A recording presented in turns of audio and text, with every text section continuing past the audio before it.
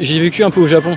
Et là-bas, la criminalité, c'est vraiment minime, quoi. Il y en a, hein, comme dans tous les pays, il y a toujours des faits divers, mais là, c'est vraiment des faits divers imprévisibles. C'est-à-dire des gens qui sont dans le pays, qui pètent un câble et qui vont... c'est ponctuel et c'est pétage de plomb. Voilà, c'est ça, c'est pas toutes les semaines. Et quand ça arrive, vraiment, c'est tout le monde en parle pendant des mois, etc. En France, voilà, c'est quasiment toutes les 2 semaines, tous les jours. Voilà, c'est banalisé, en vrai. C'est ça. Et c'est vrai que le sentiment de sécurité, il est incroyable.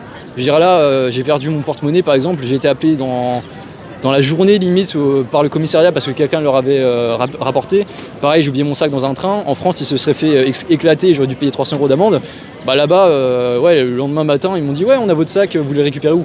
Donc en fait, tout ça, ça participe aussi au fait que les gens ont envie de jouer le jeu. Et ça permet de faire en sorte que le système fonctionne bien à la fin. C'est plus un cercle vertueux qu'un cercle vicieux comme dans lequel éventuellement nous sommes. En fait, ce qui se passe, c'est que quand une personne a envie de commettre un délit là-bas, vu que la police a quand même pas mal de temps, on va pas se mentir, ils n'ont pas grand-chose à faire dans certaines villes. Quand quelqu'un commet ne serait-ce juste un vol de portable, par exemple, ils vont avoir beaucoup plus d'effectifs qui vont être disponibles pour traquer le gars, regarder les caméras, faire l'enquête. Et en fait, c'est quasiment sûr qu'ils vont le retrouver. Puis ici, il y a tellement de cas à traiter que finalement, on a le sentiment d'être en sous-effectif. Alors finalement, c'est pas un sentiment, ils sont complètement dépassés. Débordés, ah oui, débordés par le nombre de délits au quotidien commis. Du coup, ils sont obligés de hiérarchiser, ce qui est normal. Je veux dire, si moi je me fais voler mon portable et qu'en même temps il y a une femme qui se fait violer, c'est normal qu'ils mettent l'affaire du viol avant mon portable.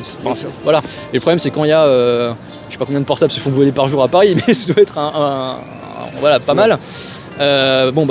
C'est un moment, les voleurs ils se disent de toute manière la justice elle est débordée, donc il y a un sentiment d'impunité effectivement.